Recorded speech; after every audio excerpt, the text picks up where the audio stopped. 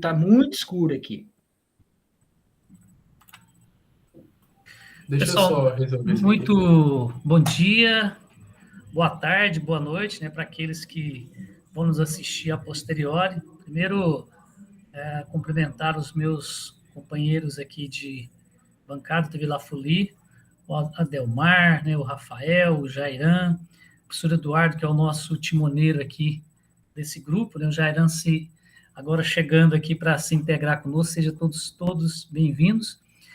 Hoje, nesse dia 18 de novembro de 2023, né, nós estamos aqui para continuar o nosso estudo, né, sobre a obra do David Harvey, Novo Imperialismo, e hoje nós estaremos estudando, né, e pensando questões do capítulo 2, um capítulo, como diz o Eduardo, um capítulo gigante, né, e hoje a gente vai tentar trazer algumas discussões, né, e depois aquelas pessoas que se sentirem, né, quiserem participar, tem um chat, depois pode entrar em contato com o grupo, que nós estamos aqui à disposição, né? Como fez o Jairan, depois assistiu, depois vai se integrando, então é isso que nós queremos, né? E hoje, então, a palavra inicial ficará com o Adelmar, né? Ele vai fazer uma fala inicial, e depois nós entramos na prova, né? Na prosa, na medida que a gente quiser também participar, né? Como o grupo é dinâmico, né? Então cada um pode também fazer a sua intervenção sem problema. Adelmar, então passo para você, muito bom dia e grande abraço para você aí, bom trabalho para nós. Bom dia, bom estarmos novamente reunidos aqui.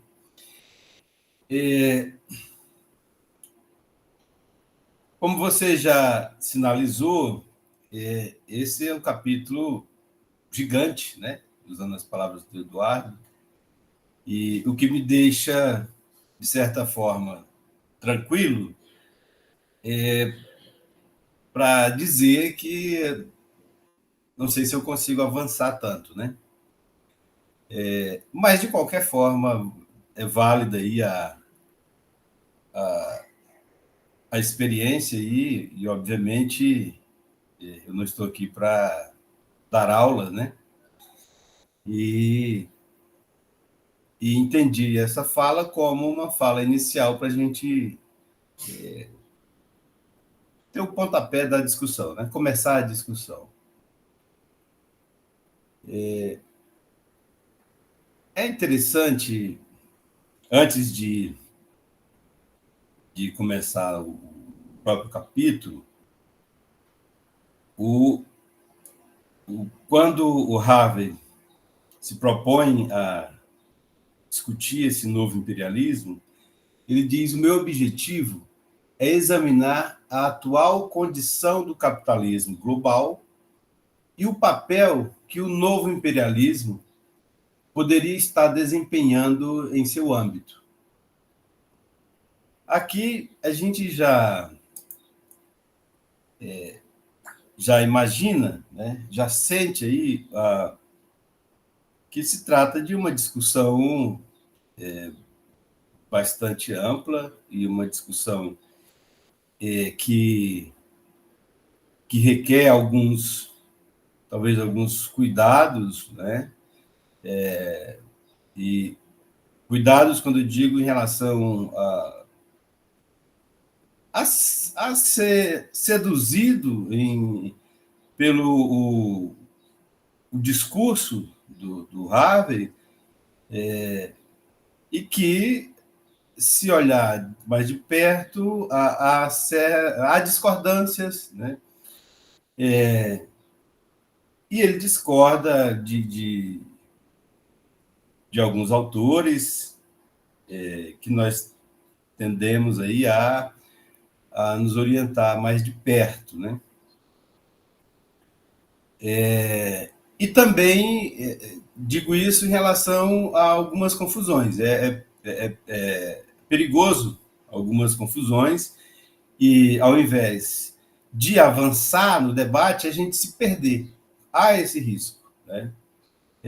E eu falo de experiência própria, né? Quando, em um dos textos que eu escrevi no meu pós-doutorado, o Eduardo me chamava a atenção para isso. Né?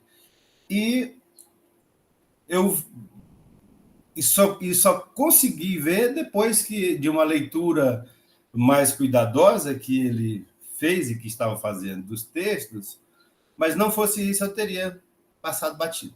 Né? Eu nem lembro agora qual é o texto, mas é só para exemplificar aqui como que esse imperialismo, essa discussão que ele faz, ela é, de alguma forma, tendenciosa, né? Se é que essa palavra posso usar aqui. O capítulo 2 é intitulado Como o Poder Norte-Americano se Expandiu. É um título que, a meu ver, parece simples e, ao mesmo tempo, é um título bastante complexo. Esse poder. E a gente precisaria fazer a pergunta agora como esse poder estadunidense estar a ruir, né? Que é um fato. Ele começa o texto afirmando da facilidade em proferir essa palavra imperialismo e ao mesmo tempo, da dificuldade que está imbuída aí nessa palavra, no imperialismo, por conta dos diferentes sentidos que essa palavra acarreta. Então, por conta disso, diz ele, é difícil explicar o imperialismo. E aí eu já trago uma citação da página 31, quando ele diz que defino aqui variedades, defino aqui a variedade especial dele, chamada imperialismo capitalista. Essa adjetivação que ele faz aqui já deixa o leitor curioso, né?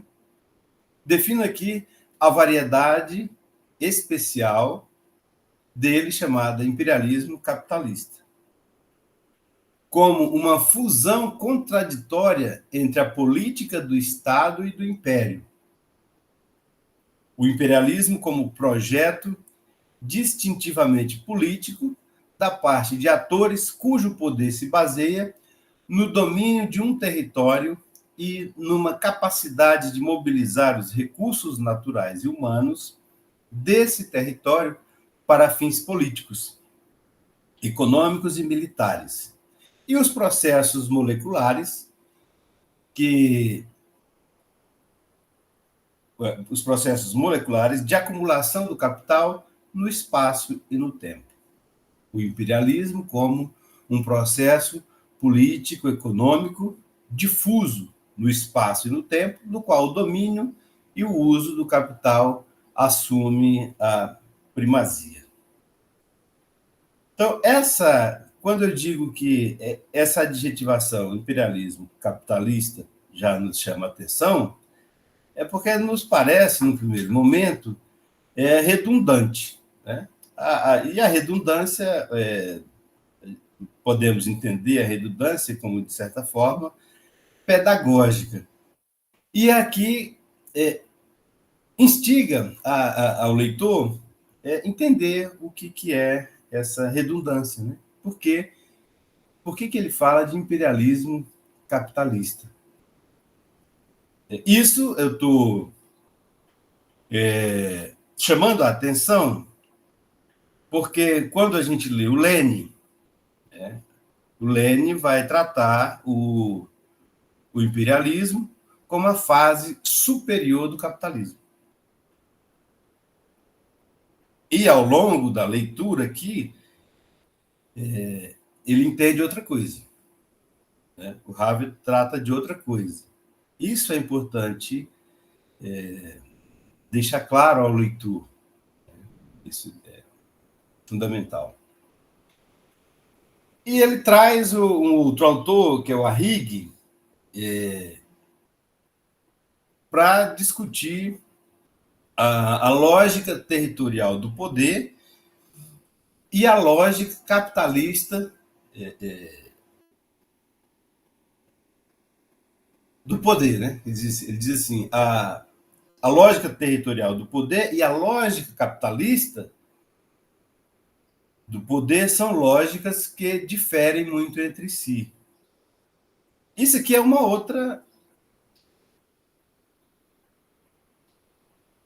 outra sinalização que a discussão requer mais explicação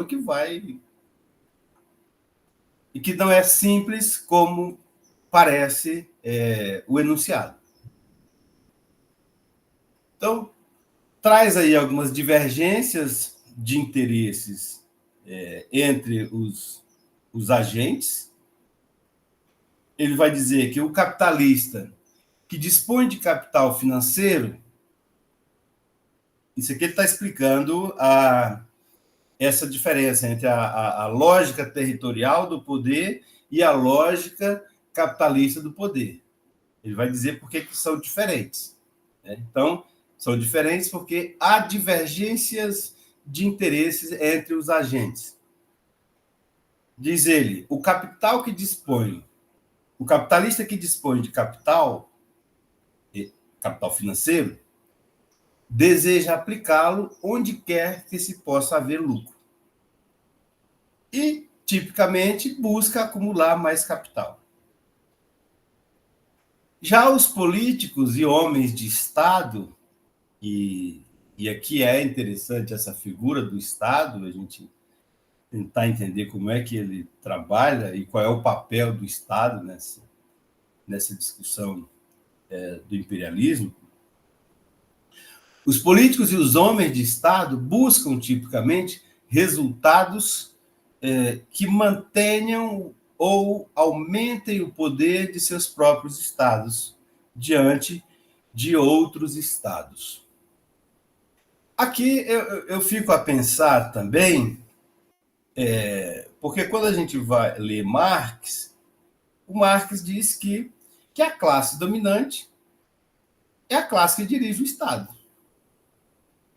O Estado é um aparelho, né, utilizado por essa classe dominante. E aqui parece, pelo menos até aqui onde nós chegamos, parece se tratar de coisas distintas. Mas até que ponto isso é de fato distinto? Até que ponto os políticos e homens de Estado buscam tipicamente resultados que mantenham e aumentem o poder de seus próprios estados diante de outros estados.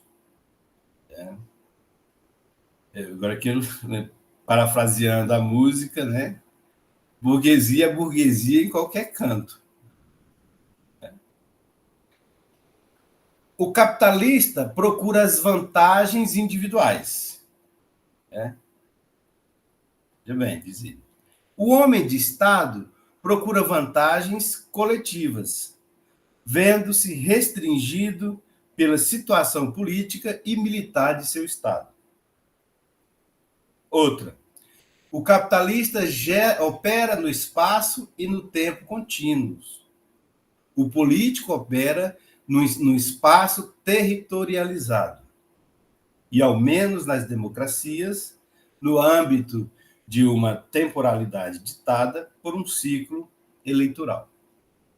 Então, esses agentes políticos, além de eles se preocuparem em manter o poder de seus estados, eles estariam aí preocupados aí com o calendário eleitoral. Então, aí é o que aqui já, obviamente, deixa claro os projetos, né?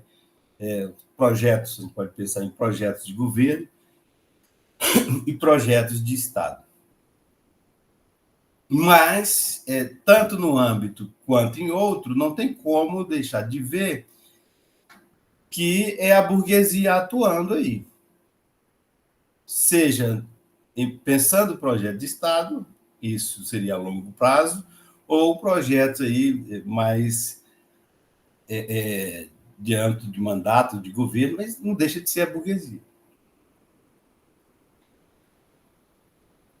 As empresas capitalistas vêm e vão, mudam de localização, se fundem entre si. Os estados são entidades de vida longa, não podem migrar e, exceto em circunstâncias excepcionais de conquista geográfica, estão confinados a fronteiras territoriais fixas. Quanto a essa questão, lá mais na frente, ele vai falar do novo regionalismo, né? Vai trabalhar aí, e aqui a gente já pode pensar mais de perto na questão dos BRICS, por exemplo. Há outros contrastes, diz ele, entre as duas lógicas. Ele está contrastando, e além desses que eu já falei, ele vai dizer que há outros contrastes entre essas duas lógicas, ainda que haja grandes variações no grau e nas modalidades do envolvimento público, as políticas do Estado e do Império, do tipo porque ora passamos, se acham abertas à discussão e ao debate. Tem-se de tomar decisões específicas, como entrar ou não em guerra, e aí ele traz o exemplo da guerra do Iraque, né? Fazê-lo unilateralmente ou não, resolver as dificuldades do pós-guerra, etc. Aqui ele está falando, o exemplo quando ele utiliza as dificuldades do pós-guerra, ele está pensando basicamente nos casos da Alemanha e do Japão, no caso da Segunda Guerra Mundial. Os processos geográficos de acumulação do capital, por outro lado, são bem mais difusos e menos suscetíveis de decisões políticas explícitas nesses termos. A ação individual, e aí ele traz o caso do comumente utilizado, o comércio, a questão dos bancos, né? As cooperativas e por aí vai. Então, essa ação individual está em toda parte e a forma molecular dá origem a múltiplas forças que se chocam entre si, por vezes contrariando e outras vezes reforçando certas tendências agregadas. Para o Harvey, administrar esses processos é algo que se dá indiretamente e após o estabelecimento de determinadas tendências. Ele fala dessa dificuldade de administrar esses processos, mas se administra de forma indireta, né? E, claro, após o estabelecimento de determinadas tendências, que quando eu li, eu fiquei a pensar, né, que tendências pré-determinadas, pré-estabelecidas seriam essas. Isso porque as estruturas estatais têm importante influência no desempenho e no cenário da acumulação de capital. Então, veja que não sei se eu li corretamente, mas essa dificuldade que ele identifica em administrar esses processos e que ele entende que isso se dê de forma indireta e pré-estabelecido, um dos fatores dessa dificuldade é exatamente o Estado. E aqui porque o Estado tem influência aí no cenário da acumulação de capital. Quando a gente pensa no que ele diz lá atrás e agora, parece meio confuso. Parece contradição, mas na verdade não há contradição nenhuma aqui. se a gente entende que o Estado ele está nas mãos da burguesia imperialista. Então, qual é essa dificuldade, né, que ele identifica? A gente fica a se perguntar. Ele diz que o fundamental é ver que as lógicas territorial e capitalista do poder diferem entre si, e como já foi dito antes, né, aqui ele está reafirmando. Porém, é igualmente inegável que essas duas lógicas se entrelaçam de formas complexas e, por vezes, contraditórias, né? Diz ele. A relação entre essas duas lógicas deveria ser vista como problemática e, muitas vezes, contraditória, ou seja, dialética, em vez de cooperativa e unilateral. Essa relação dialética cria o arcabouço para uma análise do imperialismo capitalista em termos da intersecção dessas duas lógicas diferentes, mas interligadas. Aí a gente fica novamente a perguntar o que ele quer com isso, né? O que ele quer com isso? Ele faz alguns questionamentos acerca do, como eu disse agora há pouco, do novo regionalismo, e se os Estados Unidos teriam o poder para reverter ou controlar esses regionalismos. Se dependesse da vontade dos Estados Unidos, obviamente nada disso existiria. Mas ele faz essa pergunta, né? Se teria poder de reverter. Se não é possível reverter, como controlar? Né? E comenta sobre determinadas restrições de funcionamento dessa lógica territorial do poder. As condições geográficas desiguais não advêm apenas dos padrões desiguais da dotação de recursos naturais e vantagens de localização. Elas são também o que é mais relevante, produzidas pelas maneiras desiguais em que a própria riqueza e o próprio poder se tornam altamente concentrados em certos lugares como decorrência de relações assimétricas de troca. Esse é o ponto no qual a dimensão política retorna ao panorama. Então, ao cenário, aí você tem veja que, por vezes, ele afasta essa dimensão política, os agentes da política, os agentes do Estado da discussão, e, por vezes, ele traz de volta. E uma das tarefas essenciais do Estado é tentar preservar o padrão de assimetrias especiais de troca que são vantajosos para que seja vantajoso para ele. Então, o Estado teria aí um papel ambíguo, né, nessa leitura, de repelir e, ao mesmo tempo, atrair esse emaranhado de negócios do imperialismo burguês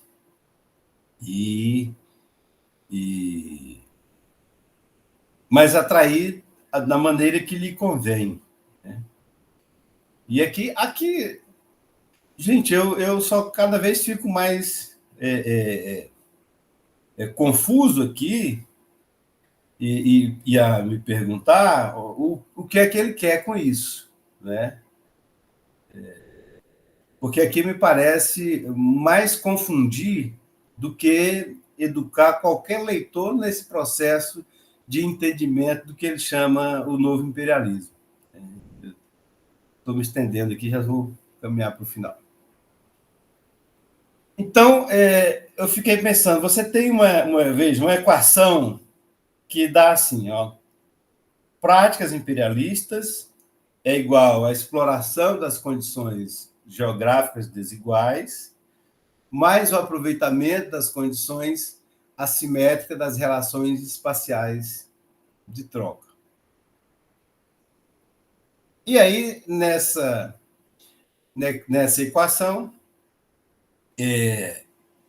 ora, o Estado tem papel mais relevante, ora não, ora parece que ele se contrapõe ao imperialismo, ora não, enfim. Essas trocas são leais, diz ele, né? São leais e desiguais, mediante forças monopolistas e práticas de coerção, práticas de extorsão na extração da renda monopolista. E aqui também eu fiquei a perguntar, né? Mas a burguesia não é assim? O imperialismo não é assim? O imperialismo não tem... não tem... Até que ponto vai a lealdade, né, do imperialismo? A não ser para atender os seus interesses. E estaria o Estado confrontando os interesses do Império? Não seria o Estado objeto do interesse do Império? Né? E aí, em relação à lógica do território e à lógica do capital, ele diz que é possível haver alternância do predomínio de uma ou outra lógica, dependendo do momento histórico. Aí ele traça, né, vai fazer um histórico para dizer que, num determinado momento, a predominância foi da lógica do território, em outros momentos foi a lógica do capital. Ele diz: o que distingue o imperialismo capitalista de outras concepções do império é que nele predomina tipicamente a lógica capitalista. Embora, como veremos, e essa parte aqui, quem gosta disso aqui é o Eduardo, né? Eu vou até pedir que ele comente isso aqui. Tá? Tipicamente a lógica capitalista, embora, como veremos, haja momentos em que a lógica territorial venha para o primeiro plano. Mas isso evoca, então, uma dúvida crucial. Como pode a lógica territorial do poder, que tende a estar desajeitadamente fixada no espaço, reagir à dinâmica espacial aberta da acumulação interminável do capital? E que implicações tem esta última para a lógica territorial do poder? Inversamente, se a hegemonia no sistema mundial é propriedade de um Estado ou de um conjunto de Estados, como pode a lógica capitalista ser determinada de modo a sustentar o hegemon, né, o líder? E ele está falando isso aqui já para se ancorar na Hannah Arendt. Né? Então, e à medida que ele se aproxima da Hannah Arendt, ele já se distanciou muito do Lenin. Né? E nós entendemos que estudar o imperialismo e deixar o Lenin de lado, que é o que ele faz aqui, e aí me desculpe se eu interpretei errado, mas é o que eu vejo, me parece aqui um pouco de maldade. Maldade com aquele que busca entender, né? Então, segundo a Hannah Arendt, ele traz aqui essa citação, ele mesmo que traz, a ideologia progressista do final do século XIX que prenunciou a ascensão do imperialismo. E ela é interessante que ela faz o inverso do Lenin, né? E ele traz isso. Ela inverte a coisa. O Lenin, o imperialismo é o estágio superior. Ela coloca no começo. Né? E ele traz isso. E aí vem a sequência ele vai discutir a hegemonia, né? Vai lá no Gramsci para o uso que o Gramsci faz do conceito de hegemonia. Ele vai dizer que era insuficiente e, ao mesmo tempo, ambíguo, para dar margem a múltiplas interpretações. Ele volta ao Arrighi para dizer... Deixa eu pegar aqui a citação. Vou igualmente seguir a adaptação do conceito... Conceito do caso das relações interestados feita por Arrighi, que a supremacia de um grupo, ou no caso de uma nação-estado, pode manifestar-se de duas maneiras, como dominação e como liderança moral e intelectual. E ele segue aí com essa discussão da hegemonia e traz para falar dessa hegemonia, que ao mesmo tempo em que aquele que busca o hegemon, ele necessita do consentimento e da cooperação de outrem. Então ele traz ele diz a importância do consentimento e da cooperação, né, nesse processo. Se não se pudesse mobilizá-los internacionalmente e se não fosse possível exercer a liderança de uma maneira que gerasse benefícios coletivos, havia muito o país teria deixado de ser hegemônico. Então, esse consentimento aqui e essa cooperação é meio que o papel que os Estados Unidos faz da política da bengala, né? Não sei. E, por fim, que eu digo aqui na minha exposição, que está longe de chegar, né? A ascensão dos imperialismos burgueses. E aqui eu volto a provocar o Eduardo. Né? O Eduardo é que gosta disso aqui. Né? Ele diz que a Hannah Arendt afirma que o imperialismo, surgido por volta do século XIX, foi antes... esse aqui eu já falei. Né? Primeiro estágio. Desenvolveu-se uma variedade de imperialismos. Eduardo também gosta dessa variedade de imperialismos burgueses, fundados na nação, e, por conseguinte, de caráter racista. Né? Aí ele cita o caso britânico, o francês, o holandês, o alemão, o italiano. Afloram também imperialismos de motivação industrial, mas não burgueses, no Japão e na Rússia. Eu finalizo aqui, né? Desculpa aí o tempo. Obrigado. Não, ótimo, Adelmar, que maravilha ouvi-lo. Parabéns pelas suas, né, observações assim extremamente contundentes, né? E a gente até comentávamos, né? Esse capítulo talvez nós teríamos que ter uns 3 encontros e olhe lá, né? E aí talvez a gente almoçando e falando, porque são muitas coisas, mas acho que você trouxe aspectos muito importantes aí para a gente poder pensar.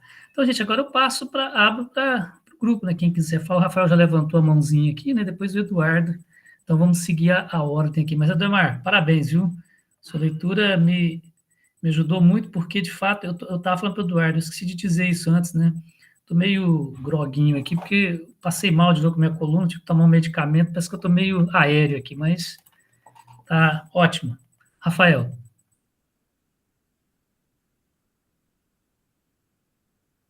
Seu microfone, Rafael. A explanação do Aldemar foi bem interessante, porque mostrou várias coisas, né, e várias críticas, inclusive, né? E essa questão, a noção da questão do Estado aí. Aí eu vou falar uma coisa que eu já falei, né? Assim, no outro encontro. E eu sinto, assim, que ele joga a bomba, ele não trabalha, sabe? Porque ele joga os autores, mas ele não discute os autores. Ele só critica e faz aquela crítica por cima e já desce além em outras coisas, sabe? Quando ele citou Gramsci mesmo, eu senti assim, pô, ele citou Gramsci, então ele está levantando uma crítica, então ele vai fazer uma crítica, e ele não se aprofunda a crítica, né?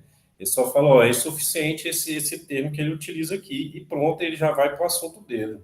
Então, eu sinto um pouco dessa dificuldade, sabe? E aí, quando cita a Ana mesmo, a Hannah Arendt, que eu não li, sabe? Eu tive contato com ela na universidade, mas eu não li ela, né? Então, quer dizer, outro assunto que também me falta, né? E aí tem esses problemas. Aí, assim, levantando a mesma na linha do Adelmar, que eu acho que o Estado é, sim, né, a apropriação da burguesia, né? Mas, assim, só colocando, aí eu vou colocar aqui, pelas leituras que eu fiz aqui, eu acho que ele tenta fazer meio assim, diferenciar como seria o capitalismo dos Estados Unidos, capitalismo imperialista, com a diferença dos imperialismos que aconteceu entre as guerras e pós-guerras, né? Porque foi um capitalismo, como ele coloca aqui, racista, né?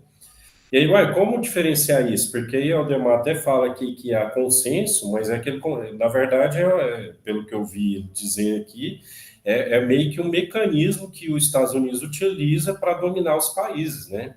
É meio que uma aderência à cultura, né? E ele vai pela via cultural, ele vai trabalhar essa via, né? Que os Estados Unidos meio que impõe os valores e culturas deles, e aí a gente acaba aderindo a isso, sabe? Eu vejo isso muito na minha sala de aula, quando eu vou trabalhar a questão de alguns conceitos, algumas ideias, né, norte-americanas, e eu vejo os alunos bem imbuídos dessa cultura, né? Então, quer dizer, a gente é aculturado, né, da nossa cultura, e a gente banha e a gente vê muita cultura, né, fora. Tanto é que eu acho até engraçado, eu trabalho aqui em Aparecida, e aí eu vejo alguns bar falam Filadélfia, bar não, desculpa, barbearia da Filadélfia. Eu falei, como assim? Eu estou em Aparecida, mas eu estou vendo termos e palavras norte-americanas, sabe? Então, assim, como nossa cultura pegou muito essa questão, sabe? Então, assim, eu não sei se é uma tentativa dele de afastar, né, esse tipo de Estado. Tem um Estado imperialista e tem, mas o norte-americano é diferente. Na verdade, é mais uma dúvida minha, né, do que um questionamento, né? Aí eu vou deixar. Eduardo, passo para você.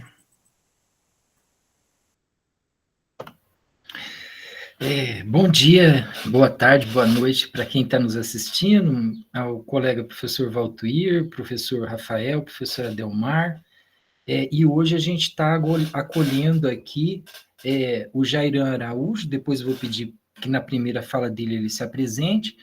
É um estudante de história lá do Nordeste, ele vai dizer a cidade dele, que eu ainda não memorizei. A gente sente muito orgulho de receber você, Jairan, vendo assim que a nossa presença está extrapolando o estado de Goiás, né? Eu gostaria assim para dizer para você, saudar os alunos do professor Adelmar, os do professor Rafael, os do professor Valtuir, porque o nosso alunado, os meus próprios, assistem nossos vídeos e divulgam, né? E há certamente pessoas que são do grupo de pesquisa Lafuli e outros que nem são do grupo, mas que são assinantes do nosso canal e que são estudiosos e têm essa paciência de acompanhar um vídeo como esse, que não é um filme de ação, né, mas tem essa paciência de que vocês viram aí a exposição do professor Adelmar, uma exposição correta, e por isso uma exposição lenta, mastigada. Nesse sentido, eu queria, assim, saudar a Adelmar, porque eu chego a ficar triste de não ver a exposição completa do capítulo. Ele foi seguindo uma exposição, assim, bem criteriosa do começo do capítulo, vocês devem ter visto, bem de professor mesmo, coisa muito boa, porque é didático, permite que a gente acompanhe o que está acontecendo, o nome da obra, o nome do capítulo, a introdução, tudo mais. Adelmar, eu queria, assim, porque essa é só uma fala de saudação, mas eu queria saudar a sua fala, dizendo para você o seguinte: eu entendi, depois no final eu consegui entender que quando você falou Eduardo gosta disso, era pura provocação, porque a Adelmar escutou minha conferência ali no primeiro colóquio nacional imperialismo capitalista, neoliberal e neoconservador. E ele sabe muito bem que eu sou muito crítico, extremamente crítico dessa ideia de muitos imperialismos e até do conceito aí que o PCdoB está adotando, que é de mundo multipolar. Não é só o PCdoB, depois que eu dei aquela conferência, tenho acompanhado Lavrov e o próprio Putin estão usando sistematicamente o conceito de mundo multipolar. Então, assim, mas adorei a sua provocação, agradeço muito. E queria, assim, dizer, Adelmar, eu não vou expor ainda a minha fala, eu vou passar a palavra para o Jairan e para o Valtuir, quem quiser falar, mas depois eu quero voltar para uma fala de conteúdo, fazer a minha também uma certa abordagem. Mas eu queria dizer, assim, que eu fiquei admirado como a nossa leitura é confluente. Quando você pontua a posição do Lênin, a posição do Marx, e você pontua isso criticamente em relação ao Harvey, que se pretende, ou pelo menos se pretendia, ser um herdeiro do marxismo, né? E você denuncia aí esse casamento dele com a Hannah Arendt aqui, de uma forma muito feliz. Eu penso assim, que da mesma maneira como você fez isso de uma forma muito aberta, nada dogmática, eu me posiciono da mesma maneira e a gente se sente aberto para os companheiros aí que estudam Hannah Arendt, que quiserem discutir, nos ensinar, a gente está aberto para aprender. Mas queria dizer que, por enquanto, eu me sinto totalmente sincronizado com as posições do Adelmar, quando ele criticou o texto em nome do conceito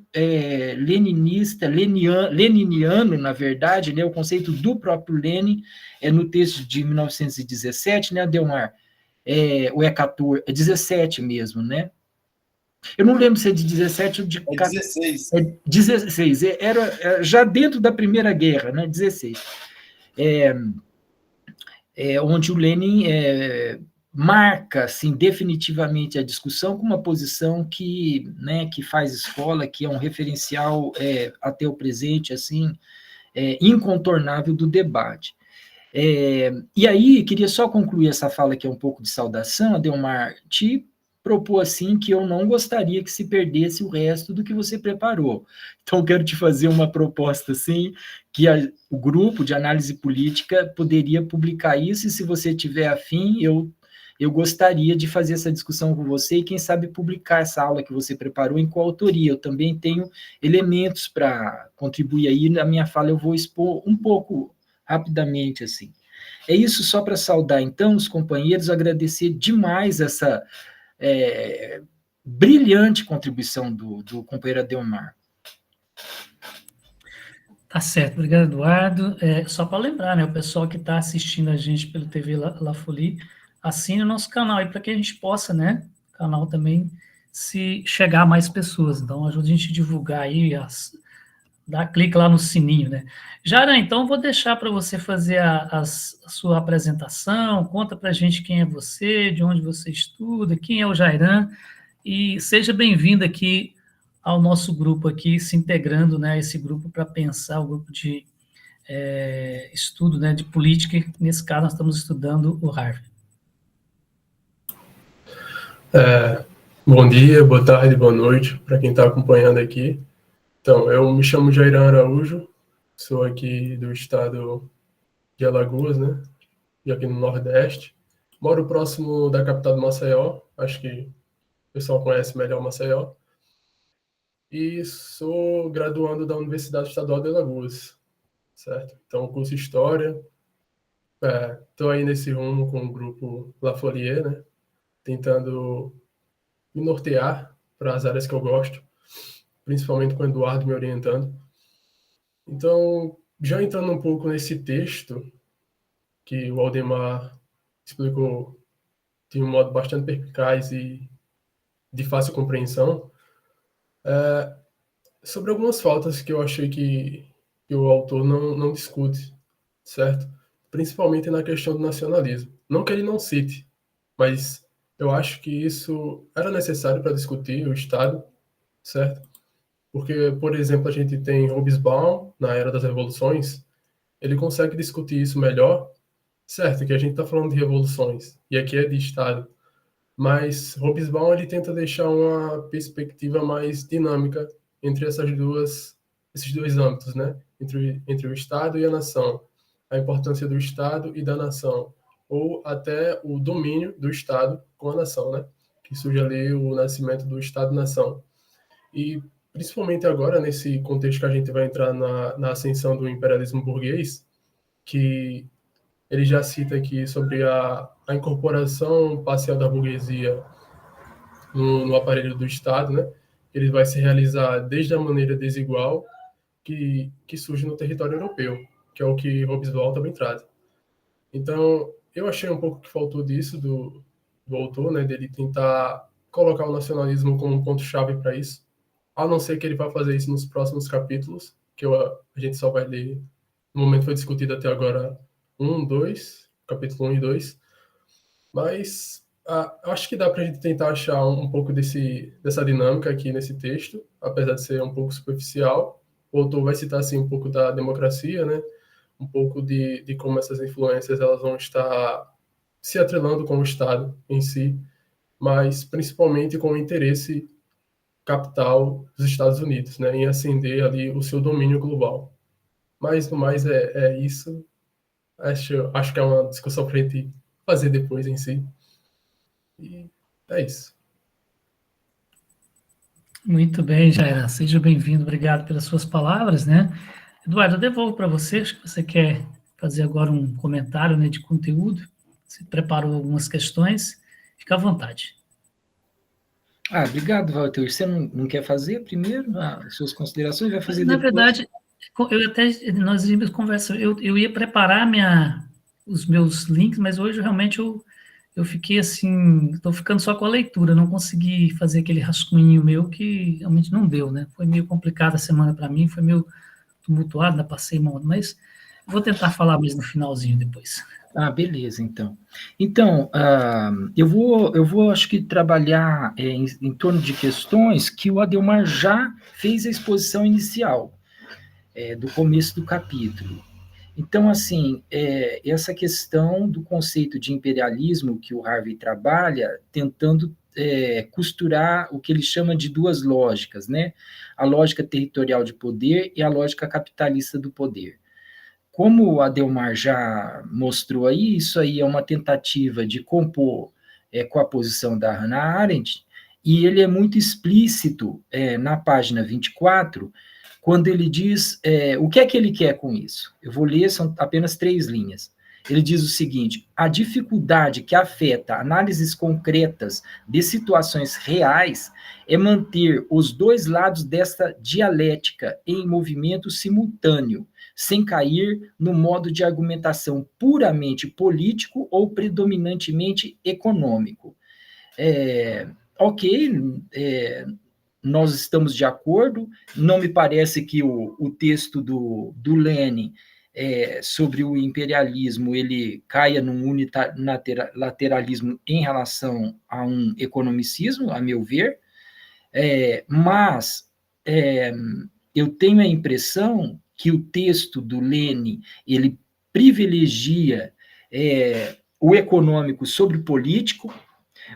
Eu entendi pela fala do Adelmar que ele se posiciona desse lado do Lenin, e eu, até que alguém me convença do contrário, eu estou aberto para isso, eu também estou nessa posição.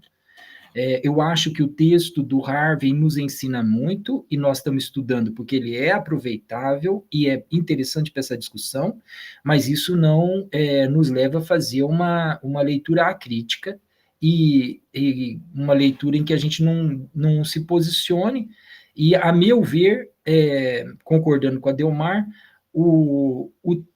essa tentativa do equilíbrio entre o político e o econômico acaba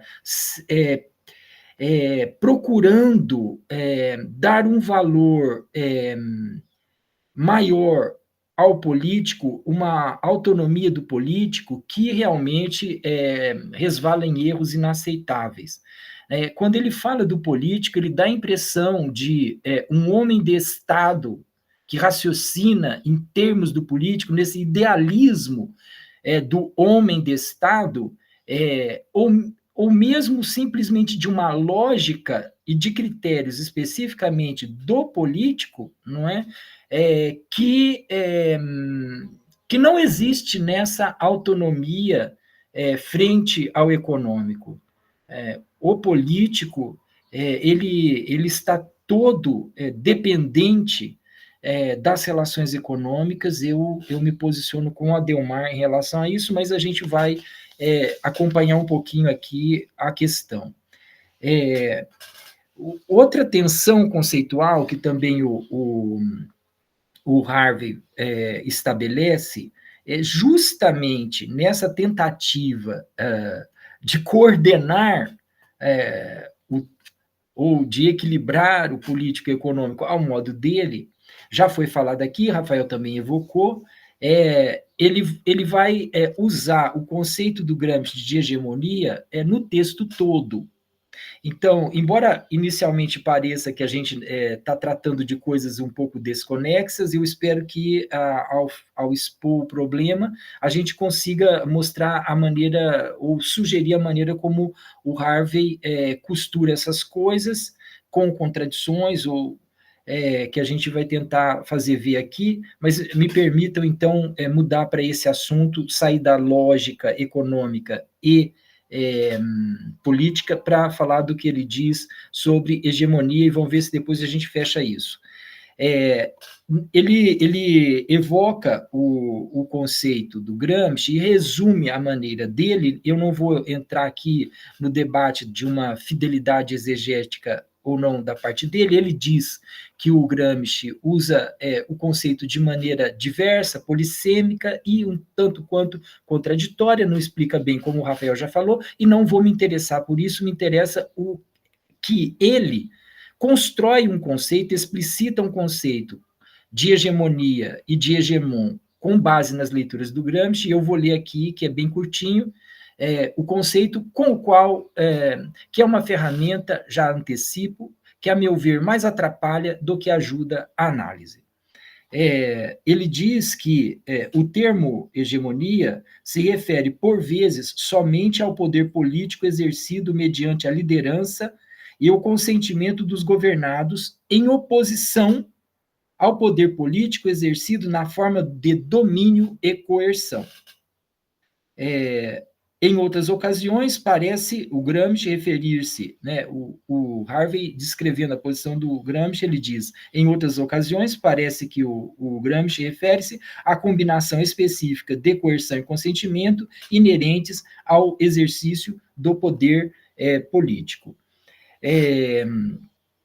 Então, embora eu considere que o uso desse conceito na análise que o Harvey faz mais atrapalha do que ajuda a inteligibilidade do real, eu gostaria de dizer que vale a pena ler o texto, porque o texto se contradiz. O texto, defendendo o conceito de hegemonia, ele vai dando tantos bons elementos históricos e analíticos das relações econômicas e políticas, que nós encontramos no próprio texto fartos elementos para desmontar o uso da palavra hegemonia como uma palavra que se preste bem a quem faz uma análise da realidade. E não quem está interessado em fazer mais um discurso mais ou menos doutrinário sobre a realidade. E eu vou seguir aqui um pouco para mostrar para vocês isso que eu estou dizendo, essa tese de que de que maneira que eu construo isso. Vejam, no tópico do livro, desse capítulo 2, que se chama Como o Poder Norte-Americano se Expandiu, né? O colega professor Adelmar já fez a exposição do título e da introdução do capítulo. No tópico em que nós lemos o histórico de pós-guerra da hegemonia norte-americana, 1945-1970, ele mostra um período, ele faz uma narrativa sobre esse período, o período do pós-guerra até a década de 1970, toda essa narrativa organizada pelo conceito de hegemonia. E aí, é claro que esse período vai se prestar a essas dimensões do conceito que ele cunhou, que são a liderança, o consentimento, digamos assim, a lógica política, de que o Estado norte-americano teria liderado, teria sido o hegemon, né, a cabeça, a testa do imperialismo, no sentido de que os outros se apoiaram no Estado norte-americano, recebendo recursos, disputando o comércio com o grande mercado norte-americano, recebendo a cultura norte-americana, hollywoodiana e outras fabricações, que seriam todas elas aceitas pelos submissos ao hegemon, porque se tratava de uma lógica anticomunista e que os membros do corpo hegemônico, né, os liderados, os hegemonizados, estavam numa relação, então, de ganho e participação recíproca e de, digamos assim, de respeito, de consideração, de eleição do hegemon. O colega Jairan já evocou aí outros historiadores, e assim, por mais que pareça que o conceito ali se aplique bem, né,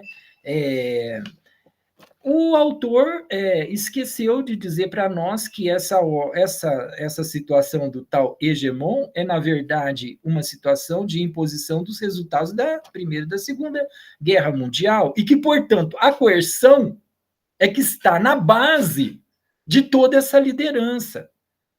O próprio lugar em que se colocou a Rússia, a União Soviética, nesse período do pós-Segunda Guerra, a Alemanha, a França, toda essa hierarquia que o imperialismo organizou entre os Estados nacionais e entre as burguesias nacionais, é uma ordem estabelecida pela coerção. Então, vocês vejam aí que as dificuldades que, mesmo esse capítulo que é mais orgânico com o conceito de hegemonia, provocam, e o Adelmar já aventou esse problema. Mais adiante, na medida em que ele passa dessa fase histórica, que é a década de 70, e no decorrer do capítulo ele vai expondo a situação mais recente, ele é obrigado a dizer uma coisa, como isso que a gente lê na página 70, são apenas 3 linhas que eu gostaria de ler para vocês e depois comentar. Ele diz o seguinte: então eles, os Estados Unidos da América, recorrendo ao domínio por meio da coerção ou exercendo a liderança mediante a hegemonia, não, perdão, eu li errado, estão eles, né, a partir da década de 1970, recorrendo ao domínio por meio da coerção ou exercendo a liderança mediante a hegemonia. E aí ele mesmo responde, ele diz, a tática mais provável é tentar mascarar a primeira, que é a coerção, mediante a opção sobre o verniz da segunda. Então, o próprio Harvey mostra, ao avançar no trabalho histórico, que todo o discurso da hegemonia é apenas um discurso para mascarar a realidade que é a coerção. Então, se ele mostrou que o conceito do Gramsci compõe liderança com coerção, né? Ele próprio vai chegar ao ponto de dizer que a liderança, a hegemonia, é apenas uma máscara discursiva para encobrir a coerção, e isso aqui é que realmente faz sentido histórico. Então, para nós, eu não sei, a partir de agora, eu não sei até que ponto que a Delmar vai concordar comigo, porque agora eu vou dizer algo que ele não disse ainda. Para nós, não é apenas a palavra hegemonia, mas todo o conteúdo ideológico do famoso conceito de Estado democrático de direitos, toda essa onda discursiva dos direitos humanos. Os Estados Unidos vão atacar o Iraque para estabelecer os direitos humanos, né? Para salvar o mundo, né? A própria criação da ONU, que é criada para proclamar e defender os direitos humanos, nós todos estamos vendo o que a ONU defende dos direitos humanos do povo palestino.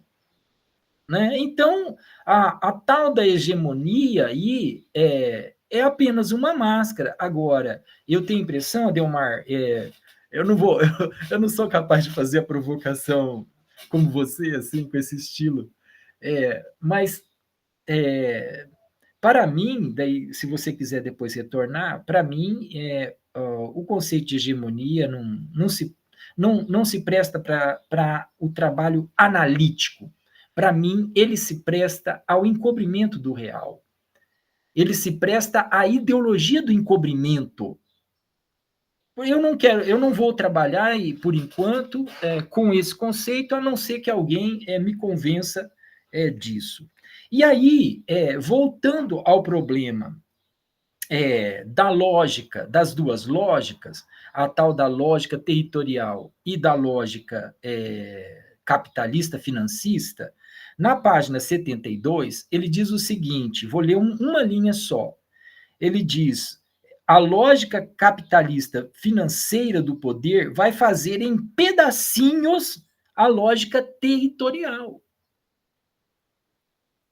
Aí, Adelmar e colegas, se a lógica financeira ela vai fazer em pedacinhos a lógica territorial, nós temos aí uma frase que justamente endossa exatamente a posição do Lenin em detrimento da ordem em que a Hannah Arendt quer colocar as coisas, que você apresentou muito bem.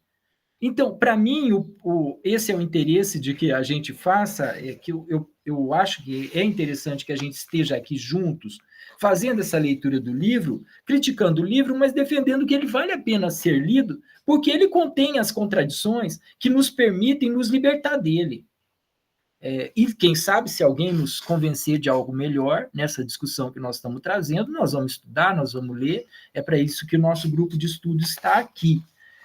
Nós não temos nenhuma intenção de doutrinar, não é eu fazer uma seita em defesa do Lenin, apenas que, como intelectuais, a gente lê os textos e a gente se guia por aqueles que nos convencem e criticamos aqueles que não nos convencem. Então, é isso que eu gostaria de dizer a propósito desse capítulo. O Adelmar já disse que o capítulo é muito mais vasto, mas eu creio que a gente deu conta até agora de introduzir o nosso leitor. Eu espero que o Jairan está aqui, de uma certa forma, representando os estudantes desse país.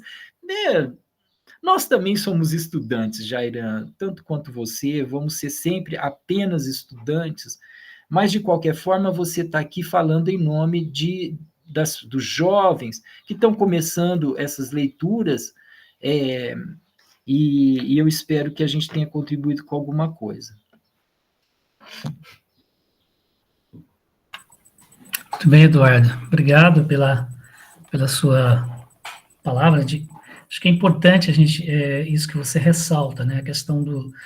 só um pequeno detalhe aqui, Eduardo, a gente tem, a partir dessa experiência do nosso grupo também, você sabe que eu estou desenvolvendo um projeto de extensão aqui no Cora Coralina, aqui na UEG, na cidade de Goiás, que a gente chama de Círculo de Estudo sobre Política, né?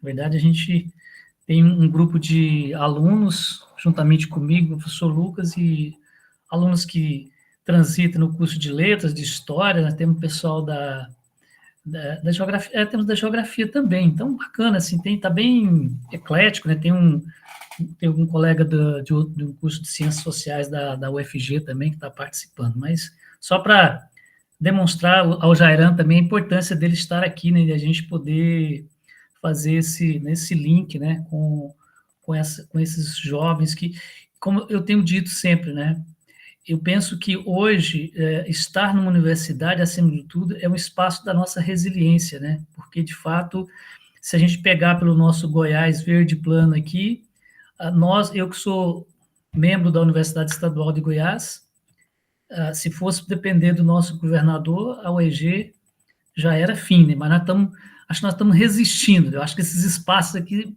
eu acho importante a gente dizer isso. Rafael, desculpa, tá quase mudando de assunto aqui, né? Só para... Não, só para falar também que essas leituras aqui são boas, porque, na verdade, a gente escuta muito do novo imperialismo, né?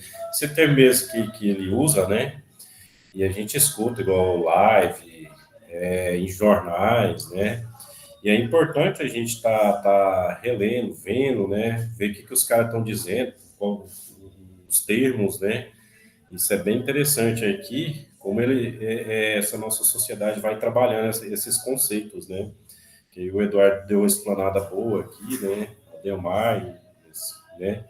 Então é interessante a gente, igual o Eduardo falou, né? Mesmo que a gente tenha algumas críticas, porque eu acho também que essa via econômica ainda é muito forte, né? Ela pega toda a sociedade, né? Então sofre um processo de exploração até hoje. Então não temos a via econômica não foi superada, né? Então, mais além disso, é interessante a gente observar e ver essa questão do imperialismo, que inclusive está em ruína, né? É um imperialismo que... E aí também não sei, porque a gente escuta também o multilateralismo, a gente escuta muito esses conceitos, né? Então é bom a gente adentrar isso e estar atento a essas leituras. Então, só elogiando mesmo a leitura desse livro que a gente está lendo, tá? Uma pequena contribuição aí. Muito bem. Adelmar, você quer retomar a palavra? Não, eu me sinto contemplado no momento aqui, mas só para lembrar o que os colegas disseram, o Eduardo tocou no assunto,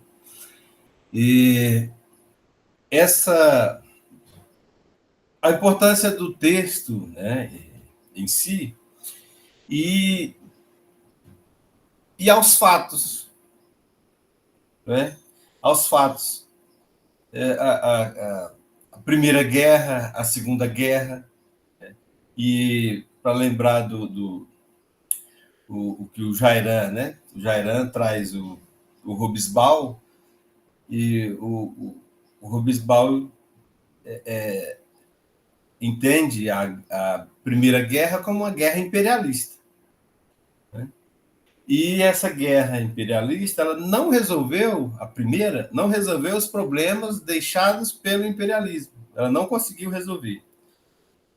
E a Segunda Guerra, que teria vindo para resolver os problemas deixados pelo imperialismo, também não conseguiu.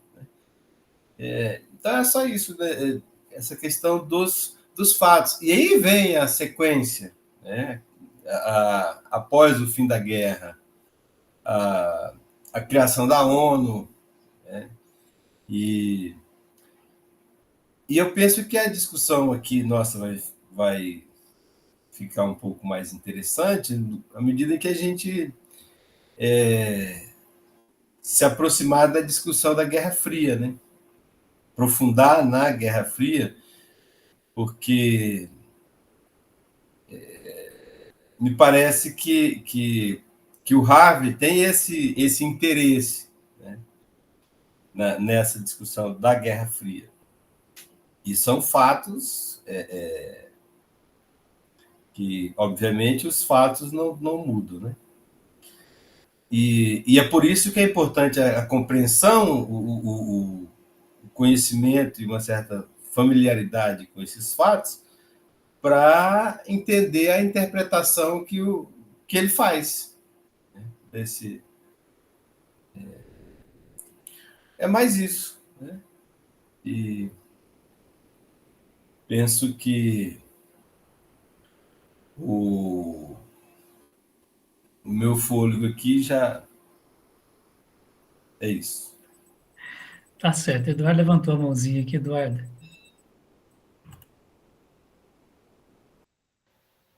Então, Valtuir, eu queria só saudar os companheiros, as companheiras do Círculo de Estudos de Análise Política de Goiás, de Itapuranga, de toda a região aí chama Vale de São Patrício, é mais do que isso, né, Valtuir?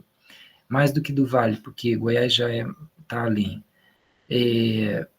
A gente está acompanhando, né, fico muito contente, assim, que essa parceria, o Valtuir tem chamado a gente para acompanhar, até agora eu não consegui assistir uma reunião de vocês, ou mesmo participar, ou estar lá junto, mas continuo desejando estar com vocês em um certo momento, e a gente continuar, são praticamente grupos irmãos, esse grupo que o Valtuir fundou, inclusive estamos fazendo praticamente o mesmo caminho de estudos, né? Então, a gente fica ligado aí e vamos continuar o trabalho. Queria agradecer aí o Rafael, o Adelmar, o Valtuir, o Jarlan por estar aqui conosco, justificar que o companheiro Rony, que é membro do grupo, pediu um tempo para se concentrar, agora ele entra nessa fase de entrega do texto doutoral para qualificação. Acho que a gente não vai poder estar contando com ele tão frequentemente, vamos ter que aguardar o retorno de um grande companheiro aí, que é o Rony, vice-líder do grupo de pesquisa La Folie, nesse período de defesa do título. É isso, um abraço para todo mundo, já me despeço e peço para os colegas que a gente precisa de uns minutos depois da transmissão ao vivo para fazer uma pequena reunião. Então tá certo, Eduardo. Não sei se Rafael, Adelmar e o Geran gostariam de fazer algumas considerações finais. Só deixar um abraço. Se você quiser. Um abraço a todos e até a próxima. Adelmar, você abriu o microfone? Até a próxima? Então tá certo. Jairan? Queria agradecer a vocês do grupo e ao pessoal que está assistindo. Eu lembrei agora que a maioria de vocês em si são de Goiás, né? A minha avó também é de Goiás, ela mora no interiorzinho aí de uma cidade chamada Americano do Brasil, eu acho. Do Brasil. Né? Ela mora por aí. Quem sabe um dia a gente não se encontre, né?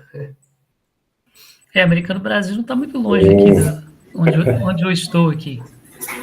Compareça aí nos encontros nossos aí, ó. Quem sabe você acaba sendo participante, né? Isso. Tranquilo, Rafael? Tudo bem, né? Pessoal, então agradecer Tranquilo. A todos que vão acompanhar a gente, né? E depois coloca lá o like, né? Ou se quiser comentar, depois é importante a gente ter esse retorno, né? E ajuda a gente a divulgar nosso trabalho aqui, esse esforço coletivo aqui, tá? Então, um abraço a todos vocês e a gente encerra por aqui, né? Tchau a todos.